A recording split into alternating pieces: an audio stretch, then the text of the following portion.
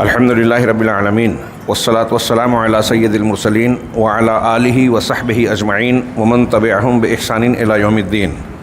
اعوذ باللہ من الشیطان الرجیم، بسم اللہ الرحمن الرحیم۔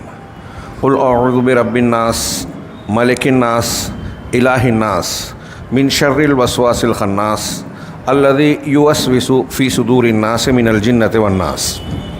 محترم حاضرین، سورہ ناس پر گزشتہ کئی ہفتوں سے تفصیلی گفتگو ہوئی، حالانکہ اللہ کے کلام کی جو جامعیت ہے، اس صورت کے جو مواعظ، ہدایات اور تعلیمات ہیں وہ اس تفصیل کے باوجود بہت کم ہیں۔ سورت کے اخیر میں جیسا کہ میں نے عرض کیا تھا، علامہ ابن قیم رحمہ اللہ نے جہاں اس صورت میں وسواس الخناس یعنی شیطان کے شر سے پناہ مانگنے کی دعا اور اس سے متعلقہ امور پر گفتگو کی، اخیر میں انہوں نے ایک نفع بخش فائدے کے نام پر تذکرہ کیا کہ شیطان کے شر سے بچنے کے شریعت میں کچھ اسباب بیان کیے گئے ہیں۔ چنانچہ انہوں نے 10 اسباب یعنی ذرائع اور طریقے بتائے ہیں جس کو اختیار کر کے ایک بندہ مومن اپنے آپ کو شیاطین کے شرور سے اور ان کے وسوسوں سے تحفظ دلا سکتا ہے۔ ظاہر سی بات ہے کہ ان میں اخلاص ہونا چاہیے اور شرعی آداب کا لحاظ ہونا چاہیے۔ یہ 10 اسباب قرآن و حدیث سے ہی ماخوذ ہیں، دلائل کے ساتھ علامہ ابن قیم رحمہ اللہ نے بیان کیا۔ میں بغیر کسی تفصیل کے اس کا تذکرہ کر رہا ہوں۔ شیخ نے کہا کہ بندہ شیاطین سے جن چیزوں کے ذریعے سے اپنا بچاؤ کر سکتا ہے اور اس کے شر اور برائی کو ہٹا سکتا ہے، دور کر سکتا ہے اور اس سے اپنے آپ کو تحفظ دلا سکتا ہے، ان میں سے کچھ اسباب شریعت میں ہیں۔ کہہ رہا ہے کہ وذالک عشرۃ اسباب، یہ 10 اسباب ہیں۔ احدھا، سب سے پہلا سبب کہا الاستعاذۃ باللہ منہ، کہ شیطان سے بچنے کے لیے اللہ تبارک و تعالیٰ سے استعاذہ کرنا یعنی اس کی پناہ طلب کرنا۔ چنانچہ اللہ تبارک و تعالیٰ کا ارشاد ہے وَإِمَّا يَنزَغَنَّكَ مِنَ الشَّيْطَانِ نَزْغٌ فَاسْتَعِذْ بِاللَّهِ إِنَّهُ هُوَ السَّمِيعُ الْعَلِيمُ، کہ اگر شیطان کی جانب سے تمہیں کوئی وسوسہ لاحق ہو، وہ تمہارے دل میں کوئی برا خیال ڈالے، برائی کو خوشنما بنائے، وسوسے کی جو بھی شکل ہو، تو فاستعذ باللہ، اللہ نے کہا کہ اس وسوسے کے شر سے بچنے کے لیے تم اللہ رب العالمین کی پناہ چاہو، طلب کرو، استعاذہ کرو اللہ سے۔ انہ هو السمیع العلیم، یقیناً وہی سننے والا، علم رکھنے والا ہے۔ یہ سمیع اور علیم کی کیا مناسبت ہے؟ ایک مرتبہ پیچھے اس پر گفتگو کی۔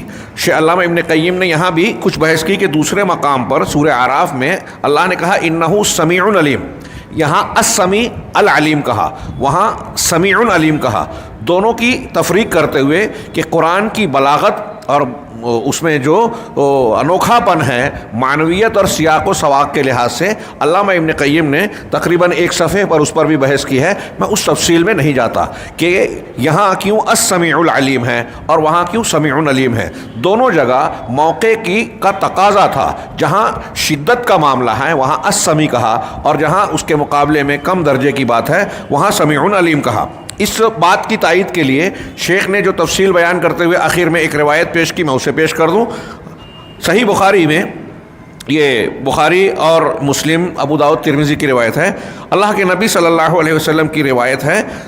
وہ حضرت سلیمان صحابی رسول ہیں، وہ کہتے ہیں کہ کنت جالسا مع النبی صلی اللہ علیہ وسلم، میں نبی صلی اللہ علیہ وسلم کے ساتھ بیٹھا ہوا تھا، ورجلان یستبان، اور 2 آدمیوں میں تو میں تکرار ہو گئی، ایک دوسرے کو برا بھلا کہنے لگے، جھگڑا ہو گیا، تکرار ہو گئی۔ فَأَحَدُهُمَا احمر وجهه، ان میں سے ایک کا چہرہ سرخ ہو گیا، غصے سے لال ہو گیا، وَانْتَفَخَتْ أَوْدَاجُهُ، اور اس کی نسیں پھول گئی غصے کے مارے۔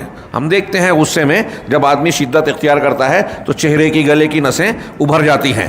فقال النبی صلی اللہ علیہ وسلم، تب نبی صلی اللہ علیہ وسلم نے کہا انی لأعلم کلمۃ لو قالها ذهب عنه ما یجد، میں ایک ایسا کلمہ جانتا ہوں کہ اگر یہ جو غصے میں ہے، چہرہ غصے سے لال ہو گیا، نسیں ابھر آئی ہیں، اگر یہ شخص اس کلمے کو کہے گا تو جو غصہ محسوس کر رہا ہے، شدت محسوس کر رہا ہے، وہ چلی جائے گی۔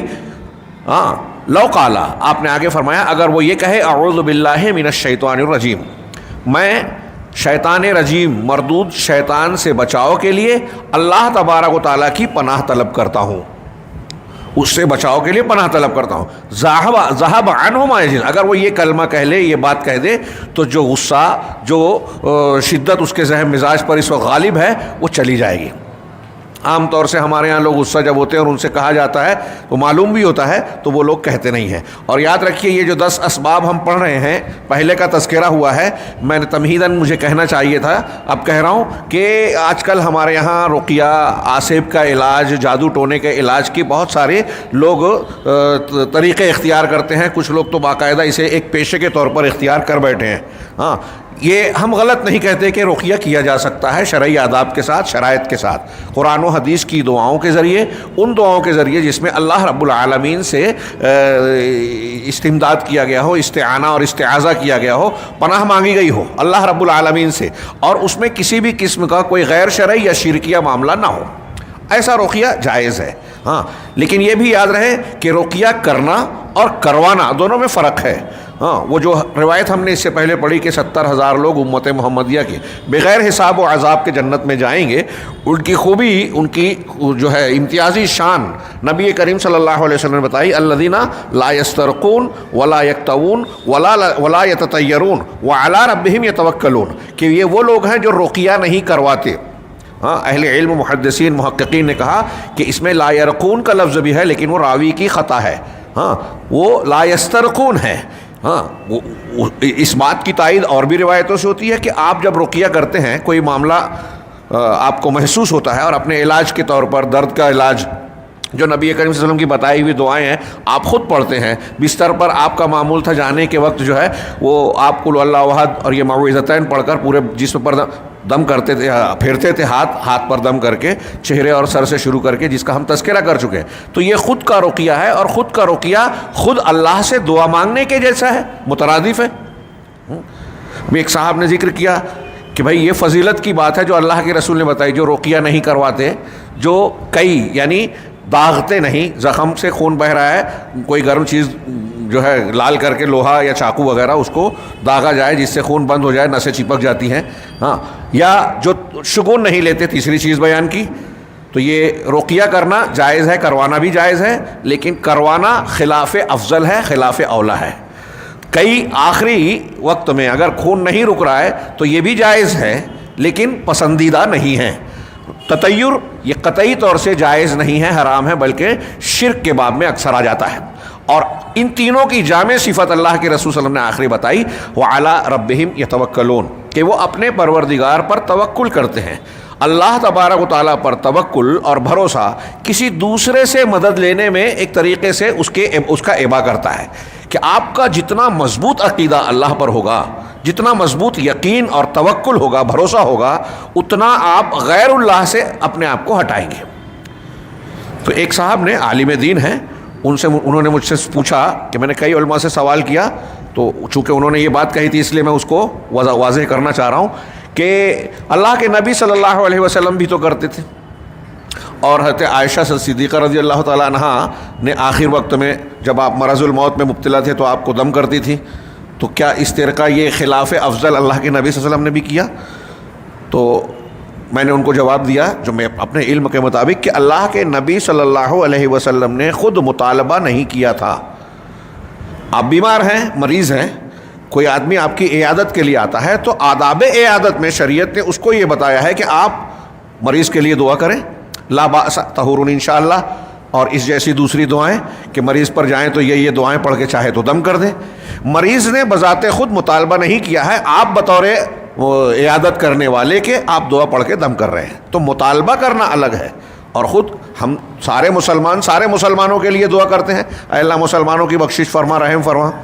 تو ہم نے مطالبہ نہیں کیا، تو فرق ہے اس میں. اور دوسری چیز، اگر کہیں اس طرح کی کوئی بات ہو بھی، اول تو میرے علم میں ہے نہیں، تو ہو بھی اگر کوئی دلیل لائے کہ دیکھیے اللہ کے رسول نے کسی سے کروایا، کسی سے آپ نے کروایا نہیں ہے، اگر مل بھی جائے تو ہم یہ کہیں گے کہ اللہ کے نبی صلی اللہ علیہ وسلم امت کے معلم تھے. ہاں، کئی چیزیں ایسی ہیں جو آپ کو کر کے دکھانی تھی، آپ پر جادو ہوا، اس لیے کسی اور پر ہوتا تو آپ علاج کرتے تو وہ بات نہیں ہوتی جو خود آپ پر ہوا اور آپ نے اپنے کردار اور اپنے عمل کے ذریعے سے امت کے لیے نمونہ پیش کیا، اللہ تبارک و تعالیٰ نے قائم کر دیا، جس میں توحید کی دلیل بھی ہے۔ تو یہ بات ذہن رہے کہ مطالبہ کرنا الگ ہے اور دعا کرنا خود سے یا کوئی آ کر خود سے دعا کر دے، اس میں فرق ہوگا۔ اور رقیہ جو آپ اور ہم کرتے ہیں یا کریں گے تو یہ دعا ہی ہے اللہ تبارک و تعالیٰ سے۔ خلاصہ کلام یہ کہ یہ جو ہمارے گھروں میں کچھ مسائل ہوتے ہیں اور اس کی بنیاد پر کچھ لوگوں کو یہ اندیشہ ہوتا ہے کہ جن و شیاطین کا کچھ اثر ہے، آسیب ہے، جادو کسی نے کیا ہے، تو آپ خود اس کا علاج کریں، یہ زیادہ بہتر ہے۔ ہمارے گھروں میں وہ شرعی آداب جو یہاں ہم پڑھنے جا رہے ہیں کچھ شیاطین سے بچنے کے لیے، اور صبح و شام کے اذکار، سونے کے اذکار، گھر میں داخل ہونے کی دعا، خارج ہونے کی دعا، یہ پہلے گزر چکی کہ شیاطین اپنے چیلے چاپڑوں کے ساتھ جاتے ہیں، اور کوئی شخص اگر اللہ کا نام لیے بغیر گھر میں داخل ہوتا ہے تو کہتے ہیں کہ آؤ ہمیں رات گزارنے کی جگہ مل گئی۔ کھانا کھانے کے وقت اللہ کا نام نہیں لیتا، بسم اللہ نہیں کہتا بندہ، تو کہتا ہے کہ کھانے میں بھی جو ہے ہم کو حصہ مل گیا، شریک ہوتا ہے۔ اللہ کا نام لے لیا تو اس سے محفوظ ہو گیا، گھر میں داخلے کے وقت، کھانے کے وقت۔ یہ بالکل واضح بات ہے۔ ہم ان آداب کو معمولی سمجھتے ہیں جبکہ یہ بہت اہمیت کے حامل ہیں۔ مسلمان کا گھر ان آداب سے آراستہ ہونا چاہیے ہر اعتبار سے۔ ہمارے یہاں لوگ کہتے ہیں کہ یہ گاڑ دو، لٹکا دو، وہ باندھ دو تو بندش ہو جائے گی۔ نہیں، یہ سب چیزیں لوگوں کی ایجاد کردہ ہے، اس میں بہت ساری چیزیں غیر شرعی ہیں، ہاں شریعت کے خلاف ہیں۔ ہاں شریعت نے جو دعائیں، اذکار، صبح و شام کے اذکار اور 5 وقت کی نماز کی پابندی کے احکامات دیے ہیں نا، اگر بندہ اس کا لحاظ رکھے، رعایت کرے، پابند رہے تو انشاءاللہ شریعت کی سب سے مضبوط بندش اور قلعے میں وہ محفوظ ہو جائے گا۔ اسے کسی کے پھونک جھاڑ کروانے کی ضرورت پیش نہیں آئے گی، الا ماشاءاللہ شاذ و نادر کبھی آپ کو کوئی ایسی حاجت ضرورت پیش آ جائے۔ تو لہٰذا ہمارے گھروں میں اس کی تعلیم دینا چاہیے، خواتین کو، بچوں کو سکھانا چاہیے، پڑھانا چاہیے۔ ان سے کبھی کبھی سونے کے وقت آپ سونے کے لیے بستر پر آئے، دعا سنائیے۔ ان کو یاد نہیں ہے تو آپ یاد کرائیں، یاد ہے تو آپ سنیں۔ اس سے 2-3 فائدہ ہوگا، ماحول بنے گا، تربیت ہوگی، عادت پڑے گی، اور کبھی چھوٹے گی تو ان کو وہ عادت یاد دلائے کہ میرا کچھ چھوٹ رہا ہے۔ تو تربیت میں تعوید، عادت پڑھانا، یہ بڑوں کا، ذمہ داروں کا کام ہے۔ اور جب آپ پڑھائیں گے تو آپ خود بھی پڑھیں گے۔ جب آپ اس بچے سے سنیں گے جس کو یاد ہے تو اس بچے کو بھی یاد ہوگا، شوق پیدا ہوگا، جس کو یاد نہیں ہے۔ یہ میں جو باتیں بتا رہا ہوں بہت ہی نفع بخش چیزیں ہیں۔ اب دیکھیے کہ شیطان کے شر سے بچنے کی جو پہلی چیز علامہ ابن قیم نے بتائی وہ انتہائی آسان، انتہائی مختصر ہے، چلتے پھرتے ہر چھوٹا بڑا پڑھ سکتا ہے۔ اعوذ باللہ من الشیطان الرجیم، یہ مختصر سا کلمہ جو تقریباً ہر مسلمان، بچے بوڑھے سب کو یاد ہی ہوتا ہے۔ اگر آپ کے پاس وقت نہیں ہے، چلتے پھرتے بھی آپ کو شیاطین کا ڈر محسوس ہوا، کوئی نقصان کا خوف محسوس ہوا، تو آپ اتنا کلمہ تو کہہ سکتے ہیں، اور بطور خاص غصے کی حالت میں یہ کہنا چاہیے، جیسا کہ ابھی اس کا مزید تذکرہ آئے گا۔ الحرز الثانی، دوسرا بچاؤ، یہ پہلا بچاؤ تھا، دوسرا بچاؤ یہ ہے قراءۃ ہاتین السورتین، ان دونوں صورتوں کو پڑھنا، جس کی تفسیر ہم پڑھ رہے ہیں گزشتہ کئی ہفتوں سے، اور ان تفصیلات کو اگر سامنے رکھیں تو یہ معلوم ہوگا کہ یہ دونوں تعوذات، معوذتین جس کا نام ہی رکھا گیا، 2 ایسی چیزیں جو انسان کو پناہ میں دیتی ہیں، ہاں انسان کو اللہ کی پناہ فراہم کرتی ہیں۔ ایسی 2 صورتیں یہ آخر میں اللہ نے قرآن کے جو رکھی ہے، یہ 2 صورتیں بڑی ہی جامع، بڑی ہی بہترین اور بہت ہی مؤثر ہیں۔ ایمان رکھتے ہوئے صاحب توحید اگر اس کو پڑھے گا تو اس کے لیے بہت بڑی حفاظت کا کوش کا کام یہ کریں گی۔ آپ اس سلسلے میں روایتیں سن چکے ہیں، علامہ ابن قیم نے جو پیچھے روایتیں بیان کی تھی اس کی طرف تھوڑا سا اشارہ بھی کیا۔ تو شیخ نے کہا فَإِنَّ لَهُمَا تَأْثِيرًا عَجِيبًا فِي الِاسْتِعَاذَةِ بِاللَّهِ مِنْ شَرِّهِ وَدَفْعِهِ وَالتَّحَسُّنِ مِنْهُ، اس لیے کہ یہ جو 2 صورتیں ہیں، قُلْ أَعُوذُ بِرَبِّ الْفَلَقِ اور قُلْ أَعُوذُ بِرَبِّ النَّاسِ، ان کی اللہ تبارک و تعالیٰ کی پناہ میں آنے اور اس سے پناہ طلب کرنے میں بہت ہی عجیب و غریب تاثیر ہے، زبردست تاثیر ہے۔ ہاں جو انسان کو شیطان کے شر سے بچاتی ہے، اس کے شرور کا دفع کرتی ہیں اور اس سے تحفظ فراہم کرتی ہے۔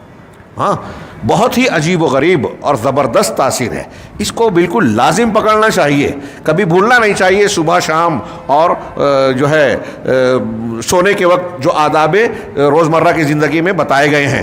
ولہذا قال النبی صلی اللہ علیہ وسلم، اسی لیے اللہ کے نبی صلی اللہ علیہ وسلم نے ارشاد فرمایا ما تعوذ المتعوذون بمثلہما، کہ پناہ طلب کرنے والوں نے جو اللہ سے استعاذہ کرتے ہیں، پناہ طلب کرنے والوں نے ان دونوں جیسی کسی چیز سے تعوذ حاصل نہیں کیا۔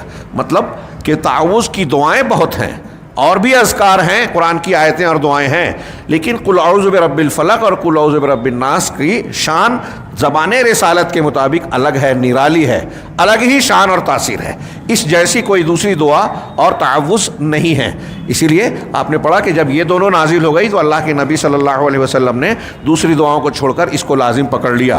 ہاں، وقت تقدم، اور یہ بات گزر چکی ہے کہ اللہ کے نبی صلی اللہ علیہ وسلم ان کو ہر روز سونے کے وقت پڑھتے تھے، قل اللہ احد کے ساتھ ان دونوں کو پڑھتے تھے، اور پھر اپنی دونوں ہتھیلیوں پر پھونک کر چہرے اور سر سے شروع کر کے جسم پر جہاں جس حصے تک ہاتھ جاتا وہاں پھیرتے تھے۔ میں محسوس کرتا ہوں، میں نے اس وقت کہا تھا کہ میں نے اپنے مشاہدے کے مطابق میں محسوس کرتا ہوں کہ ہم مسلمانوں میں عام طور سے اس پر عمل بہت کم ہے، شاذ و نادر ہی کوئی کرتا ہوگا۔ اس کو لازم پکڑنا چاہیے۔ اللہ کے نبی صلی اللہ علیہ وسلم کا یہ معمول تھا، تینوں پڑھ کر دم کرتے تھے، اور یہ روایت جو ہے متعدد طرق سے مسلم، ابو داؤد، ترمذی، احمد، حاکم اور متعدد حدیث کی کتابوں میں موجود ہے۔ ہاں، وتقدم، اور یہ بھی گزر چکا کہ اللہ کے نبی صلی اللہ علیہ وسلم نے حضرت عقبہ رضی اللہ تعالیٰ عنہ کو یہ حکم دیتے تھے کہ ہر نماز کے پیچھے، ہر نماز کے بعد پیچھے ان دونوں کو پڑھا کریں، قل اعوذ برب الفلق اور قل اعوذ برب الناس کو۔ ہاں، اسی طرح یہ بھی گزرا کہ جو شخص ان دونوں کو سورۃ الاخلاص کے ساتھ پڑھے گا 3 مرتبہ صبح کے وقت، ہاں 3 مرتبہ شام کے وقت، تو یہ تینوں صورتیں صبح میں آپ نے 3 مرتبہ یہ پڑھا، قل اللہ احد، قل اعوذ برب الفلق، قل اعوذ برب الناس، پھر ان تینوں کو 3 مرتبہ، مطلب تینوں کو پڑھنا ہے۔ جس نے ان تینوں کو 3 مرتبہ صبح شام کو پڑھا، 3 مرتبہ صبح کو، تو اللہ کے نبی صلی اللہ علیہ وسلم نے فرمایا کفت ہو من کل شے، کہ یہ ہر چیز سے اس کے لیے کافی ہو جائے گی۔ نبی کریم صلی اللہ علیہ وسلم کا یہ ارشاد ہے کہ ہر چیز سے ثابت ہے، یہ ہر چیز سے کافی ہو جائے گی۔ اب ہر چیز میں ہر چیز آ گئی، جن، شیاطین، بچھو، سانپ وغیرہ وغیرہ، جتنے بھی چیزیں انسان کو نقصان پہنچانے والی اور فتنے کی ہو سکتی ہیں، شر پہنچانے والی ہو سکتی ہیں، سب کی طرف سے یہ کافی ہو جائے گی۔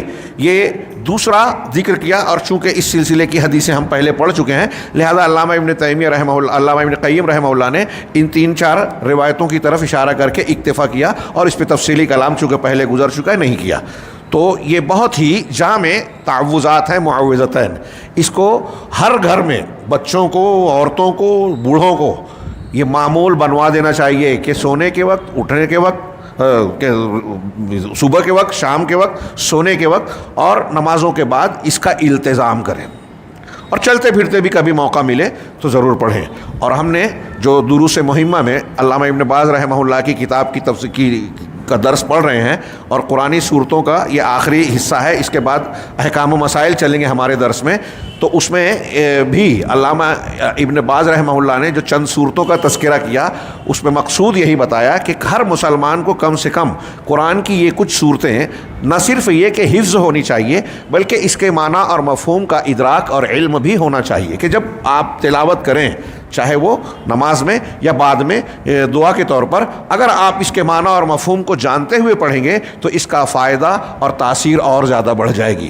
ہاں، چنانچہ ہم آگے بڑھتے ہیں۔ الحرز الثالث، تیسرا بچاؤ، شیاطین سے بچنے کے 2 سبب، تعوذ ایک گرا استعاذہ، دوسرے نمبر پر قل اعوذ برب الفلق، قل اعوذ برب الناس، تیسرے نمبر پر کہہ رہے ہیں قراءۃ آیت الکرسی، آیت الکرسی کا پڑھنا۔ ہاں، صحیح میں حدیث ہے، حضرت ابو ہریرہ رضی اللہ تعالیٰ عنہ کی بخاری میں ہے کہ وکلنی رسول اللہ صلی اللہ علیہ وسلم بحفظ زکوٰۃ رمضان، اللہ کے رسول صلی اللہ علیہ وسلم نے مجھے زکوٰۃ رمضان، جس کو ہم صدقۃ الفطر کہتے ہیں، اس کی جو غلے زکوٰۃ صدقۃ الفطر کے نکالنے کے لیے سب لوگ دیتے ہیں بیت المال میں، تو وہ اکٹھا ہوا۔ حضرت ابو ہریرہ رضی اللہ تعالیٰ عنہ کو اللہ کے نبی صلی اللہ علیہ وسلم نے یہ ذمہ داری دی کہ آپ اس کی حفاظت کریں۔ نبی صلی اللہ علیہ وسلم اس کے ذمہ دار ہیں اصل، آپ نے ایک آدمی کو مقرر کیا، اس کے لیے لفظ استعمال کیا وکلنی، مجھے وکیل بنایا۔ ہمارے یہاں نکاح ہوتا ہے تو لڑکی کی طرف سے ولی کی اجازت شرط ہوتی ہے، اگر ولی کسی کو مقرر کر دے کہ میرا کام آپ کرو تو یہ سپرد کیا جا سکتا ہے، اس کو وکیل کہا جائے گا۔ تو مجھے وکیل بنایا، ذمہ دار بنایا زکوٰۃ رمضان کی حفاظت کا۔ فاتا آتن، تو ایک آنے والا آیا، فجعل یحثو علی الطعام، اور وہ اپنے کیا کہتے ہیں چلو سے دونوں ہاتھوں سے کھانے کا سامان سمیٹنے لگا. فقلت لأرفعنک الی رسول اللہ صلی اللہ علیہ وسلم, تو میں نے اس کو پکڑا اور کہا کہ تجھے اللہ کے رسول صلی اللہ علیہ وسلم کی عدالت میں پیش کروں گا, تم کو لے جاؤں گا آپ کے سامنے روبرو پیش کروں گا. اور پھر پوری حدیث بیان کی.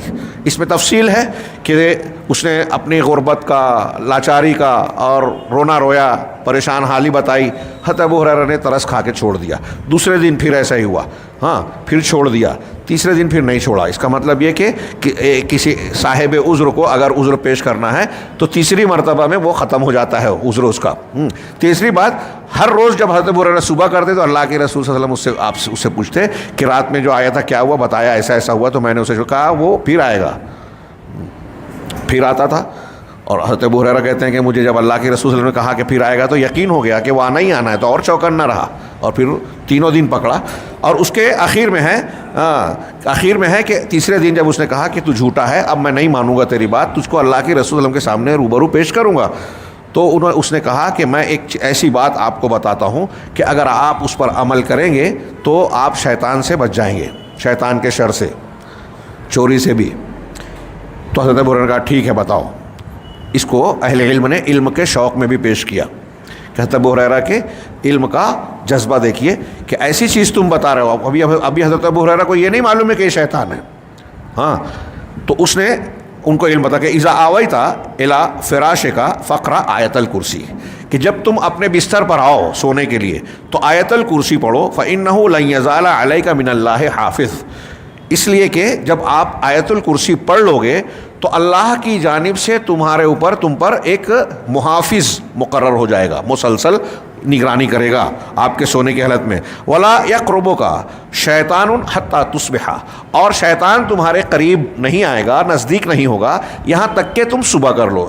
صبح تک جب تم سو گے طلوع فجر تک, اس وقت تک ایک فرشتہ تمہارا محافظ بن جائے گا, اللہ کی طرف سے مقرر کیا جائے گا. فقال النبی صلی اللہ علیہ وسلم, حضرت ابو ہریرہ نے یہ بات جب آپ کو بتائی تو آپ نے کہا صدقک, اس نے یہ بات سچ کہی. وہو کذوب, یہاں کاذب نہیں کہا, کذوب مبالغے کا صیغہ ہے, یعنی بہت بڑا جھوٹا, زیادہ جھوٹ بولنے والا, مبالغے کا صیغہ ہے. ہاں تو اللہ کے نبی صلی اللہ علیہ وسلم نے جہاں یہ کہا کہ یہ بات اس کی سچی ہے, وہیں کسی کو یہ احتمال نہ ہو کہ شیاطین پہ بھروسہ کیا جا سکتا ہے, اس کے مبالغے کے صیغے سے کہا کہ وہ بہت بڑا جھوٹا ہے, بہت جھوٹ بولنے والا ہے. ہاں تو اللہ کے نبی صلی اللہ علیہ وسلم نے جب تصدیق کی تو یہ بات جو ہے طے ہو گئی کہ آیت الکرسی پڑھنے سے اللہ کی جانب سے حفاظت کے لیے ایک فرشتہ, ایک محافظ مقرر ہوتا ہے. پھر آپ نے یہ بھی فرمایا ذاک الشیطان, یہ شیطان تھا. بعض روایتوں میں تفصیل ہے کہ ابو ہریرہ سے پوچھا کہ 3 دن سے جس سے تمہاری آنکھ مچولی ہو رہی ہے, ملاقات ہو رہی ہے, جانتے ہو کون ہے؟ تو کہا نہیں, کہا وہ شیطان ہے. اور اس نے اللہ کے رسول نے فرمایا کہ وہ جھوٹا ہے لیکن اس کی یہ بات سچی ہے.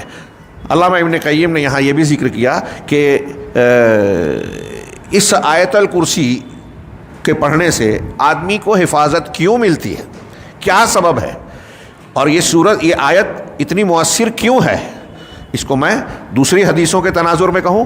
اللہ کے نبی صلی اللہ علیہ وسلم سے یہ ثابت ہے صحیح روایتوں میں, مسلم وغیرہ میں, کہ آپ نے فرمایا کہ اعظم آیت فی القرآن, قرآن کی جتنی بھی آیتیں ہیں, 6000 آیتیں ہیں, ان میں سب سے زیادہ عظمت والی, سب سے زیادہ عظمت والی آیت یہ آیت الکرسی ہے. یہ کیوں ہے؟ شیخ نے کہا کہ اس میں بڑے عظیم اسرار ہیں اس آیت الکرسی میں, جو اس کو شیاطین کے شر سے بچنے کے لیے مؤثر بھی بناتے ہیں. بڑی یہ آیت, اس کی آیت کی عظمت ہے اور عجیب تاثیر ہے. ہاں اور اس کے پڑھنے والے کو یہ تحفظ جو فراہم کرتی ہے, اس کے اسباب اور اس کے سر کو میں انشاءاللہ الگ سے, علامہ ابن قیم نے کہا کہ تفصیل سے ایک الگ رسالے میں بیان کروں گا. اہل علم نے آیت الکرسی کی جامعیت پر, اس کی فضیلت پر, اس کے اندر جو اسرار و رموز ہیں, توحید کی جو باتیں ہیں, کیوں اس کی عظمت ہے, اس پر مستقل کتابیں لکھی. شیخ عبد الرزاق ابن عبد المحسن البدر کی یہ کتاب آیت الکرسی و براہین التوحید 60-62 صفحے کا کتابچہ تھا, میں نے خود بھی ترجمہ کیا اور ابھی کسی اور نے بھی ترجمہ کیا ہے جو عرب سے شائع ہو چکا ہے. پڑھنا چاہیے, جس میں اللہ رب العالمین کی اسماء صفات توحید کی دلیلیں. اس ایک آیت میں جو اللہ لا الہ الا ہو پہلا ہے, دعویٰ ہے کہ اللہ کے سوا کوئی عبادت کے لائق نہیں ہے, آگے کے جتنے جملے ہیں سب میں اس کی دلیلیں ہیں. براہین توحید ہیں، بڑے شاندار جاندار جو ہے کلمات ہیں، اور یہ ایسے ہی نہیں کہہ دیا گیا کہ یہ قرآن کی سب سے عظیم آیت ہے۔ ایک صحابی سے غالباً ابی بن کعب سے اللہ کے رسول نے پوچھا کہ کیا تم جانتے ہو قرآن کی سب سے زیادہ عظمت والی آیت کون سی ہے؟ تو انہوں نے پہلے اللہ اور رسولہ عالم کہا، پھر اس کے بعد جب دوبارہ پوچھا، سہبارہ پوچھا، تو آپ نے غور کر کے کہا آیت الکرسی۔ تو حضرت اللہ کے نبی صلی اللہ علیہ وسلم نے ان کو ہاتھ مارا اور کہا لیحنک العلم یا ابا المنذر، اے ابو منذر تم کو علم مبارک ہو۔ یہ صحابی رسول کا مزاج اور علم کی گہرائی ان کی نگاہ اور بصیرت پر بھی دلالت کرتا ہے کہ 6000 اس وقت تک جتنا بھی قرآن نازل ہوا ہو ان تمام میں انہوں نے صحیح جواب دیا۔ گویا صحابہ کرام کو بھی اس بات کا شعور اور علم تھا کہ سب سے زیادہ عظمت والی چیز جو ہے وہ توحید ہے، اللہ کی عظمت و کبریائی ہے، کمالات ہیں، اور جو آیت اپنے اندر اللہ کے کمال، توحید، صفات، عظمتوں کو بیان کرنے میں سب سے جامع ہے، ان کی نگاہ یعنی وہ قرآن پر گہری نگاہ بھی رکھتے تھے، علم رکھتے تھے، تبھی انہوں نے جواب دیا، صحیح جواب دیا۔ تو بہرحال یہ آیت الکرسی بھی انسان کو تحفظ فراہم کرتی ہے شیاطین سے۔ ہاں، اب یہ کیسے ہوگا؟ جو شریعت میں پڑھنے کا طریقہ اور آداب بیان کیا گیا ہے۔ آیت الکرسی کسی میٹل پہ باریک حروف میں لکھ کر یا کسی کاغذ میں لکھ کر موم جامہ پہنا کر اس کا پھلیتا اور تعویذ بنا کر آپ گلے میں لٹکا لیں، ہاتھ میں باندھ دیں میں، دیوار پہ لٹکا دیں میں، یہ قرآن، حدیث، صحابہ، تابعین، تبع تابعین کا طریقہ نہیں ہے جو آج ہمارے یہاں رائج ہے۔ قرآن کی صورتوں اور آیتوں کو ہمارے یہاں بہت سارے مسلمان دیواروں پر ادھر آویزاں کرتے ہیں، ہاں، تبرکن یا زیب و، کچھ لوگ کہتے ہیں کہ نہیں ہم زیب و زینت کے طور پر دوسری چیز لگا، اس سے بہتر یہ ہے۔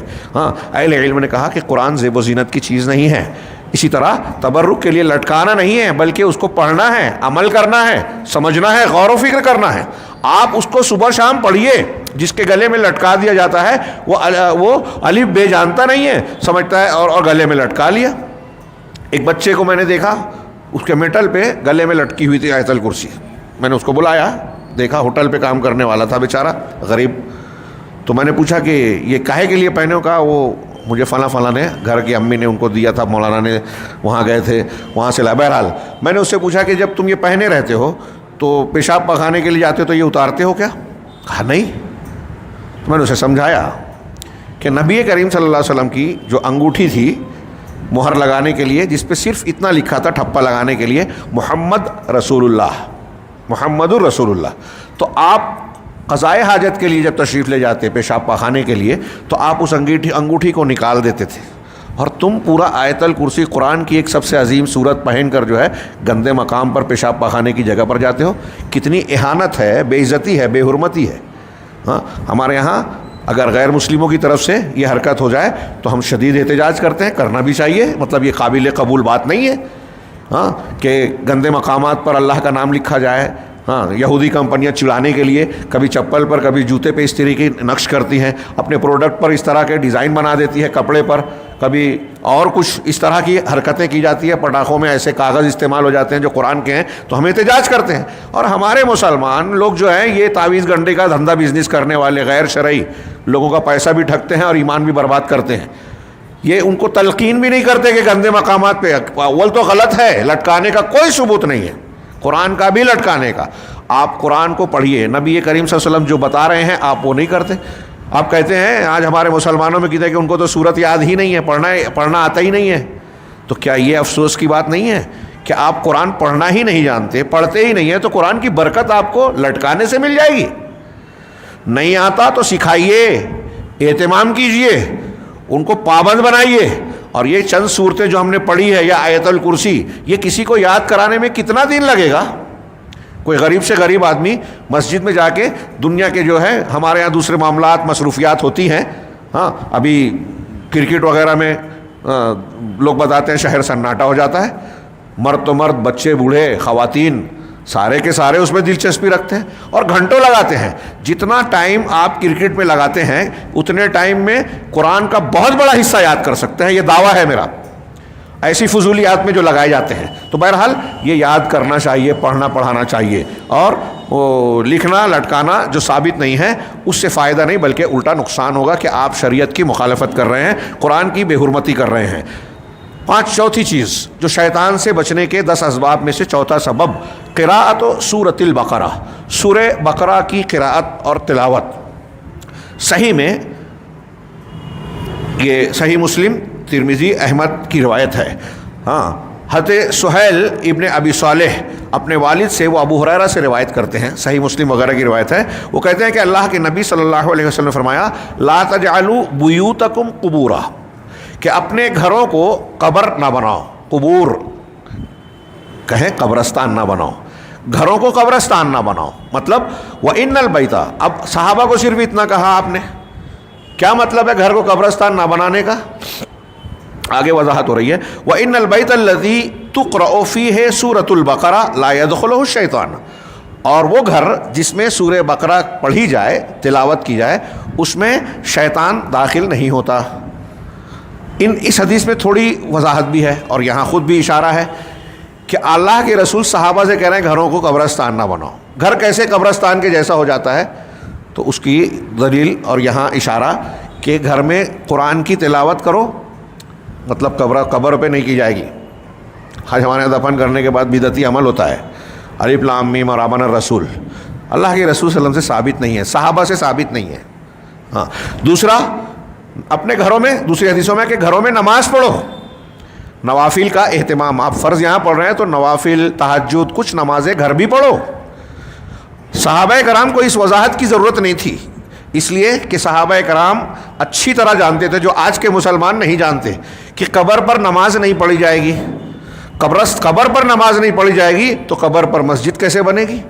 آج ہمارے شہر میں، ہندوستان کے بہت سے شہروں میں آپ جائیے، بعض شہر میں تو آپ کو ایسا ملے گا کہ شاید ہی، یعنی کچھ ہم جب اکولا پہلی بار گئے تھے بتایا تھا کہ ایک بھی مسجد، بہت بڑا شہر ہے، بہت سی مساجد تھی دیوبندی اور بریلویوں کی، اس وقت کو انہوں نے بتایا شروع میں جب ہم گئے کہ ایک بھی مسجد یہاں ایسی نہیں ہے جس میں قبر نہ ہو، ایک بھی۔ ہاں، صاف اللہ کے رسول اللہ کی حدیث ہے کہ اللہ کی لعنت ہے یہود و نصارہ پر، انہوں نے اپنے انبیاء کی قبروں کو پر مسجد بنا لی۔ انبیاء کی قبروں کو پوج نہیں رہے ہیں، ان قبروں پر مسجد بنا لی، اللہ کی عبادت۔ تو اگر قبروں پر مسجد بنا کر اللہ کی عبادت کرنا لعنتی کام ہے تو خود قبروں کی عبادت کتنا لعنتی کام ہوگا، کتنا بڑا گناہ کا کام ہوگا، سوچئے۔ تو اللہ کے نبی صلی اللہ علیہ وسلم نے کہا کہ قبروں کو، اپنے گھروں کو قبرستان نہ بناؤ، مطلب گھروں پہ نماز پڑھو۔ اس کا دوسرا مطلب ہے وہ کہ قبرستان میں نماز نہیں پڑھنی ہے۔ ہاں، ہمارے یہاں کتنے لوگ ہیں ہاں جانتے ہی نہیں ہیں، دین کے کام کرتے ہیں، اور انہیں اب یہ مسائل بتا کر یہ مسائل میں مت پڑھو، اختلاف ہے، ناراض ہوتے ہیں، ارے مسلمانوں میں انتشار پھیلا رہے ہیں۔ توحید اور شرک بتانا انتشار پھیلانا ہے، تو دعوت کا کام بند کر دیجئے، آپ بھی مت بتائیے کہ جو کر رہا ہے پھر ٹھیک ٹھاک ہے۔ میں نے شاید اس سے پہلے کبھی ذکر کیا تھا، صوت الحق میں ایڈیٹر تھا، تو ایک ہمارے غازی عزیر صاحب سعودی عرب سے، انہوں نے لجنہ دائمہ سعودی عرب کے فتویٰ دینے والی کمیٹی کا ایک استفتاء اور اس کا جواب مجھے فوٹو کر کے انہوں نے بھیجا تھا اور کہا تھا کہ اس کو آپ چھاپ دیجئے صوت الحق میں۔ میں نے چھاپا بھی تھا ترجمہ کر کے۔ اس میں یہ دیا تھا کہ امریکہ کا ایک نو مسلم اسلام قبول کیا، اس نے اسلام کو اس نے خود بیان کیا کہ میں نے مسلمان ہوا نیا، میں نے دیکھا تبلیغی جماعت والوں کو کہ وہ دین کا کام کرتے ہیں، تو مجھے دین سیکھنے کا شوق تھا، کہا ان کے ساتھ رہوں گا تو دین سیکھوں گا، چنانچہ ان کے ساتھ میں نکل گیا، رشیا گئے، رشیا میں جماعت میں۔ تو اس درمیان ہم لوگ کئی ایسی مسجدوں میں مقیم رہے جس میں قبریں تھیں، وہاں ٹھہرے، نمازیں پڑھی، جو کرنا تھا ان کے طریقے کے مطابق کیا۔ اس کے بعد جب میں لوٹ آیا، اور لوٹنے کے کچھ دنوں بعد مجھ سے ایک مسلمان ملے جو کافی علم رکھتے تھے، میں نے ان سے اس بات کا، اس واقعے کا ذکر کیا اور بتایا کہ رشیا جب ہم گئے تھے تو وہاں دیکھا کہ بہت سی مسجدوں میں قبریں ہیں، ہم وہاں ٹھہرے بھی، نمازیں بھی پڑھی۔ تو انہوں نے کہا کہ یہ بالکل غلط ہے، لعنتی کام ہے، اور جن نمازوں کو آپ نے ایسی مسجدوں میں ادا کیا ہے وہ نمازیں آپ کی نہیں ہوئی، لہٰذا آپ کو وہ نمازیں دہرانی چاہیے۔ تو وہ چونکے اور انہوں نے کہا کہ مجھے بہت شوق لگا، میں چونکا کہ یہ خود دین سکھانے کے لیے نکل رہے ہیں، ہاں، اور ان کو یہ بات نہیں معلوم ہے اور یہ کہہ رہا ہے۔ تو شک ہوا کہ وہ بھی دین جانتے ہیں، آپ بھی ایسا کیسے کہہ رہے ہیں؟ تو انہوں نے مجھ کو کچھ حدیثیں بتائی۔ تو انہوں نے کہا کہ میں آپ علماء کی کمیٹی سے 2 سوال پوچھنا چاہتا ہوں، ایک یہ کہ کیا وہ نمازیں جو میں نے پڑھی ہیں وہ واقعی نہیں ہوئی اور مجھے دہرانا چاہیے، اور کیا تبلیغی جماعت کے ساتھ مجھے جانا چاہیے یا نہیں جانا چاہیے ایک عام آدمی کو؟ تو انہوں نے پہلا جواب یہ دیا، اس کا جواب کا میں اپنے الفاظ میں خلاصہ کہ جو نمازیں، پہلے یہ جواب دیا کہ تبلیغی جماعت کے ساتھ نکلنا یہ ایسی جماعت ہے جن کے ہاں عقیدے کا علم نہیں کے برابر ہے، بہت کم ہے، اس پر زور ہی نہیں ہے، لہٰذا ان کے یہاں بہت ساری ایسی چیزیں پائی جاتی ہیں جو قرآن و حدیث کے ثابت شدہ عقائد کے خلاف ہے۔ اچھی طرح سنیں، اور میں جانتا ہوں کہ میری یہ بات سن کے بہت سے لوگوں کو برا لگے گا، لیکن ان کو میں عرض کروں گا بہت ہی مؤدبانہ انداز میں کہ آپ اس بات کی سچائی پر غور کیجیے، دلائل کی روشنی میں اس کا جائزہ لیجیے کہ آپ محنت کر رہے ہیں، وقت لگا رہے ہیں، پیسہ خرچ کر رہے ہیں، لیکن اگر آپ عقیدہ نہیں سیکھ رہے ہیں یا عقیدہ آپ کا درست نہیں ہے تو آپ کی ساری محنت برباد ہوگی۔ یہ جو میں کہہ رہا ہوں اس میں آپ کسی بھی عالم سے رجوع کر لیں کہ ایک آدمی کا عقیدہ اگر خراب ہے اور بڑے فضائل پہ عمل کر رہا ہے تو کیا اس کی نیکیاں فضیلتیں حاصل ہوگی اسے؟ ہاں، علم رکھنے والا آدمی فوراً جواب دے گا کہ قطعی نہیں۔ اللہ کے نبی صلی اللہ علیہ وسلم سے جب اللہ تعالیٰ نے خطاب کر کے کہا کہ اگر آپ بھی شرک کریں گے تو سارے عمل برباد ہو جائیں گے، تو پھر دوسرے کی کیا حیثیت؟ اور یہ مضمون صرف ایک آیت میں نہیں ہے، بہت سارے مقامات پر ملے گا۔ تو انہوں نے کہا کہ ایسے اس وجہ سے چونکہ ان کے یہاں عقیدہ صحیح نہیں ہے اور علم بہت کم ہے، جہالت ہے، اس کا غلبہ ہے، لہٰذا تبلیغی جماعت میں جانا اسی کے لیے ٹھیک ہے، درست ہے جو علم والا ہو اور جانے کے بعد ان کے عقائد کی اصلاح کرے، ان کی غلطیوں کو درست کرے، ان کو صحیح دین اور عقیدہ بتائے۔ ایسے آدمی کو جانا چاہیے، جاہل کو نہیں جانا چاہیے، عام آدمی کو نہیں جانا چاہیے۔ پھر انہوں نے کہا کہ رہی وہ نمازیں جو آپ نے ایسی مساجد میں پڑھی ہیں، یہ علماء کی کمیٹی، سعودی عرب کے علماء کی کمیٹی کا جواب میں اپنے الفاظ میں نقل کر رہا ہوں، اگر جو وہ نمازیں جو تم نے ایسی مسجدوں میں پڑھی ہیں جن میں قبریں تھیں تو وہ نمازیں آپ کی نہیں ہوئی، بہتر ہے کہ آپ انہیں دہرا لیں۔ اس لیے اس کی دلیل اللہ کے نبی صلی اللہ علیہ وسلم کا یہ فرمان جو بخاری مسلم میں متعدد طرق سے واقع ہے کہ لعنت اللہ علی الیہود والنصارى اتخذوا قبور انبیائہم مساجد، اللہ کی لعنت ہے یہود اور نصارہ پر، انہوں نے اپنے انبیاء کی قبروں کو مسجد بنا لیا، سجدہ گاہ بنا لیا۔ یہ ایک حدیث ذکر کرنے کے بعد انہوں نے کہا کہ اس سلسلے میں دلیلیں اور حدیثیں بہت ساری ہیں، یعنی انہوں نے یہ بتایا کہ جو کام لعنتی ہے وہ کیسے ہوگا، کیسے شریعت میں صحیح ہوگا۔ انہوں نے اس کو دلیل کے طور پر بیان کر کے کہا کہ تم کو وہ دہرانی چاہیے۔ ہاں، تو یہ میں نے اس تناظر میں بیان کیا کہ آپ دیکھیے کہ کتنی صاف صاف تعلیمات ہیں حدیث کی کہ مسجد قبر پر نہیں ہوگی، مسجد میں قبر نہیں ہوگی، مسجد کے احاطے میں بھی قبر ہے تو آپ نماز نہیں پڑھیں گے، چاہے پیچھے ہی کیوں نہ ہو، آگے پیچھے سب آ گیا، منع ہے۔ ہاں، قبروں کی تعظیم ہوگی، وہ عبادت گاہ نہیں ہے قبرستان یا قبر۔ تو اللہ کے نبی صلی اللہ علیہ وسلم نے کہا اپنے گھروں کو قبرستان نہ بناؤ، اور ہمارے اس مضمون سے متعلق اگلا جملہ ہے کہ وہ گھر جس میں سورہ بقرہ پڑھی جائے اس کے شیطان داخل نہیں ہے، لا يدخلہ الشیطان، شیطان اس میں داخل نہیں ہوگا۔ یہ شیطان جب داخل ہی نہیں ہوگا تو آپ فتنے سے محفوظ ہو جائیں گے، شیطان نہیں آئے گا تو جادو کا اثر آپ پر نہیں ہوگا، آسیب نہیں ہوگا، پریشانیاں نہیں ہوگی۔ لہٰذا گھروں میں سورۃ البقرہ پڑھنے کا رواج ڈالنا چاہیے، عادت بنانی چاہیے۔ یہ چوتھا سبب تھا۔ پانچواں سبب خاتمۃ سورۃ البقرہ، سورہ بقرہ کا خاتمہ، سورہ بقرہ کی آخری 2 آیتیں۔ صحیح میں حضرت ابو مسعود انصاری رضی اللہ تعالیٰ عنہ کی روایت ہے، صحیح سے مراد یہاں بخاری مسلم ابو داؤد، بخاری اور مسلم ہے، ابو داؤد، ترمذی، ابن ماجہ، دارمی، نسائی نے امام نسائی نے عمل الیوم واللیلہ، امام احمد نے اور حاکم نے صحیح کہا، امام ذہبی نے موافقت کی۔ یہ پورا حوالہ میں نے دے دیا شارٹ میں، نمبرات کے ساتھ یہاں درج ہے۔ تو روایت یہ ہے، حضرت ابو مسعود انصاری رضی اللہ تعالیٰ عنہ کہتے ہیں کہ اللہ کے رسول صلی اللہ علیہ وسلم نے فرمایا من قرأ الآیتین من آخر سورۃ البقرہ فی سورۃ البقرہ فی لیلۃ کفتہ، جو شخص سورہ بقرہ کی آخر کی 2 آیتیں تلاوت کرے گا کسی رات میں، جس رات میں یہ 2 آیتیں پڑھے گا، 2 آیتوں سے مراد آمن الرسول سے لے کے آخر تک، ہاں، تو کفتہ ہو، وہ اس کے لیے یہ دونوں آیتیں اس کے لیے کافی ہو جائیں گی۔ کافی ہو جائیں گی مطلب کس چیز سے؟ تو اہل علم نے اس کی وضاحت کی، کفتہ ہو من کل شر، ہر شر سے، اس میں شیاطین کا شر بھی آ گیا اور دوسرے شرور بھی سے کافی ہوگی۔ کچھ لوگوں نے اس کی اور بھی توجیحات کی ہیں. مثال کے طور پہ ایک توجیہ یہ ہے کہ اس رات میں قیام اللیل تہجد پڑھنے سے یہ کافی ہو جائے گی. ہاں کیوں؟ اس لیے کہ اس 2 آیت کے اندر ایمان کی بنیادیں ہیں. اللہ رب العالمین پر توکل ہے، اس سے دعا ہے، اپنے گناہوں کی معافی طلبی ہے، اپنے دشمنوں سے تحفظ کا ذکر ہے. تو اتنی جامعیت کے ساتھ دین کی بنیادوں کو ان 2 آیتوں میں سمیٹا ہوا ہے. اس لیے ایک بندہ اسے پڑھتا ہے تو گویا پورے دین کی باتوں کا اعتراف کر رہا ہے. ہاں تمام بنیادوں پر ایمان لانے کا مظاہرہ کر رہا ہے. چنانچہ جو شخص ان کو پڑھے گا ان 2 آیتوں کو، یہ کافی ہو جائے گی. اور اہل علم نے اسی معنی کو زیادہ صحیح قرار دیا کہ اللہ کے نبی صلی اللہ علیہ وسلم نے یہ نہیں بتایا کہ کس چیز سے کافی، لہٰذا یہ عموم پر رہے گی دلیل کے مطابق. جب آپ نے ذکر نہیں کیا تو اس کا مطلب یہ عام ہے. ہر شر سے، ہر گناہ سے، ہر جو ہے فتنے سے اور پریشانی سے یہ کافی ہو جائے گی، اور شیاطین سے بھی بچاؤ کے لیے کافی ہوگی. اسی طرح ترمذی میں حضرت نعمان بن بشیر روایت کرتے ہیں نبی صلی اللہ علیہ وسلم سے، وہ کہتے ہیں کہ ان اللہ کتب کتابا قبل ان یخلق الخلق بالف عام. اللہ تبارک و تعالیٰ نے ایک تحریر لکھی، ایک کتاب لکھی مخلوق کو پیدا کرنے سے 2000 سال پہلے. ہاں انزل منہ آیتین، اس میں 2 آیتیں اتاری، ختم بہما سورۃ البقرہ، جن کے ذریعے سے سورہ بقرہ کا خاتمہ کیا. فلا یقرآن فی دار 3 لیال فیقربها شیطان.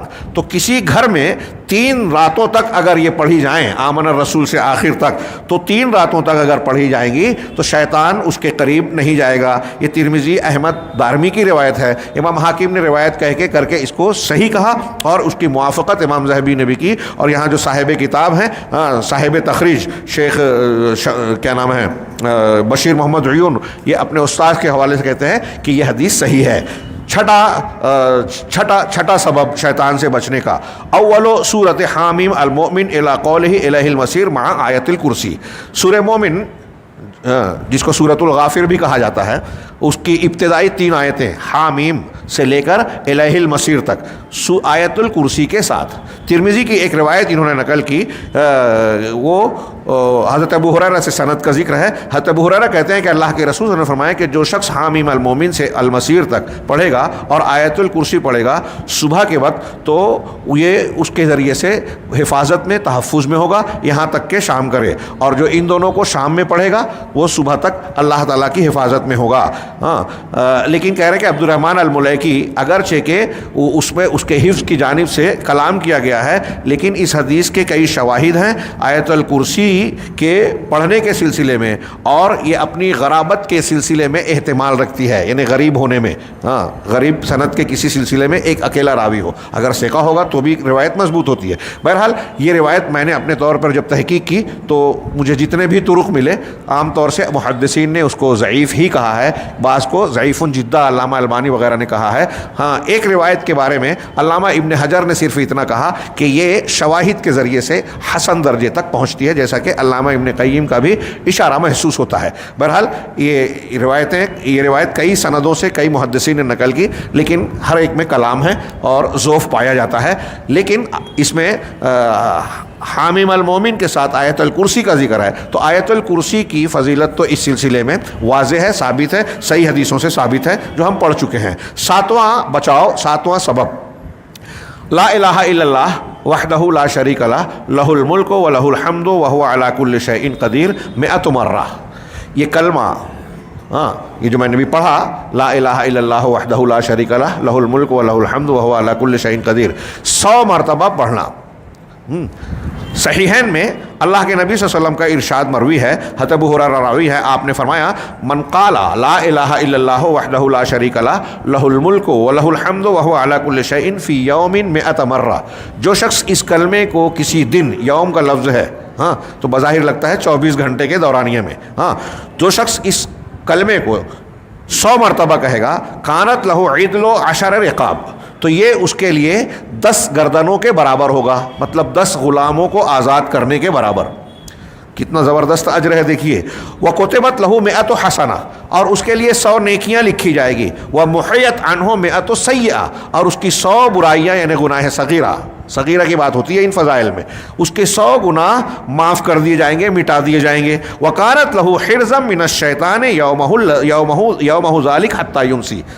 معاف کیجیے، اس جملے سے لگتا ہے صبح سے شام تک رہے گا. ہاں میں نے کہہ دیا 24 گھنٹہ، وہ غلط ہو گیا. کہا کہ اور وہ اس کے لیے شیطان سے بچاؤ ہوگا، شیطان سے تحفظ کا ذریعہ ہوگا اس دن یہاں تک کہ شام کرے.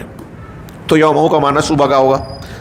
ہاں 100 مرتبہ آپ نے پڑھا تو یہ اس کے کئی فضائل بتائے. 10 غلام کو آزاد کرنے کا ثواب، 100 نیکیاں ملے گی، 100 گناہ جو ہے وہ مٹا دیے جائیں گے. اور جس دن اس نے یہ پڑھا، ہاں جس صبح میں، شام تک اس کے جسم کے اندر شیطان نہیں آئے گا، اس کے جسم میں شیطان نہیں آئے گا.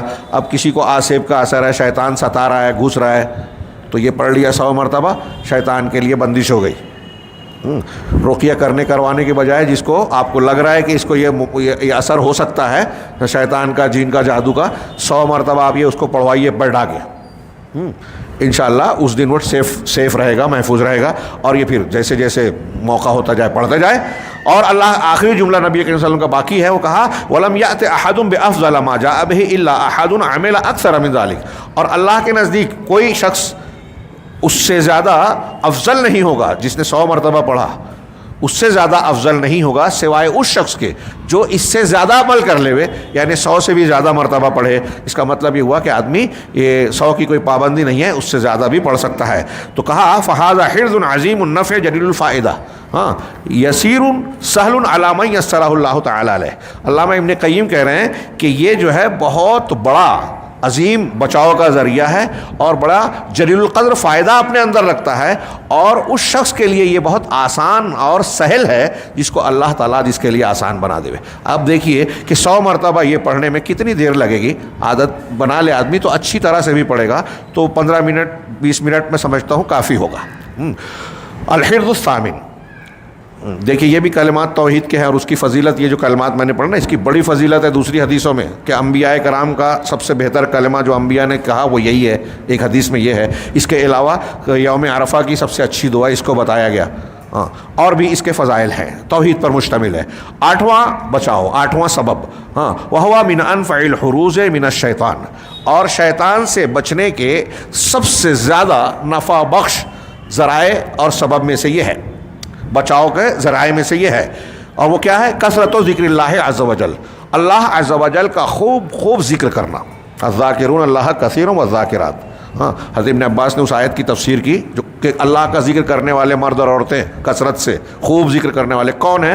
تو آپ نے کہا کہ نمازوں کے بعد، سونے کے وقت، گھر سے نکلنے اور جانے کے وقت، قرآن و حدیث میں مختلف اعمال کے وقت کے لیے جو جو ذکر بتایا گیا ہے، ایک بندہ اگر وہ سب کرتا ہے، نماز کے بعد کے اذکار پڑھتا ہے، سونے کے وقت پڑھتا ہے، گھر سے نکلنے کے وقت کی جو دعا ہے وہ پڑھتا ہے، ایسے جتنی دعائیں بتائی گئی ہیں صبح شام، اٹھتے بیٹھتے، کھانے پینے کے وقت، سب، تو وہ الذاکرون اللہ کثیرا والذاکرات کے زمرے میں شامل ہوگا. کثرت ذکر شیطان سے تحفظ کا سب سے مضبوط قلعہ اور سب سے زیادہ، امام شافعی کہتے ہیں کہ اللہ کا ذکر کرنے سے زیادہ آسان اور اس سے زیادہ مفید کوئی دوسرا عمل مجھے نظر نہیں آتا کہ آپ اللہ کا ذکر اپنی زبان سے کر رہے ہیں، دل میں یقین کے ساتھ، جو اس کے آداب ہیں اس کے حساب سے، آپ کا کچھ بھی لگ نہیں رہا ہے، محنت نہیں لگ رہی ہے، پیسہ نہیں لگ رہا ہے، چلتے پھرتے آپ ذکر کر سکتے ہو، آسان سی چیز ہے. ہاں کہا حضرت حارث اشعری رضی اللہ تعالیٰ عنہ کی روایت ہے ترمذی میں، ایک لمبی روایت ہے، بہت غور سے سنیے گا، میں پوری تفصیل نہیں بیان کر سکتا، وقت زیادہ ہو رہا ہے. ہاں تو لمبی روایت ہے اور یہ ہو سکتا ہے آپ نے سنی ہو، کم سنی ہوگی پوری روایت. حضرت حارث اشعری کہتے ہیں کہ نبی صلی اللہ علیہ وسلم نے فرمایا ان اللہ امر یحییٰ بن زکریا بخمس کلمات، اللہ تعالیٰ نے حضرت یحییٰ بن زکریا رضی علیہ السلام کو 5 باتوں کا حکم دیا.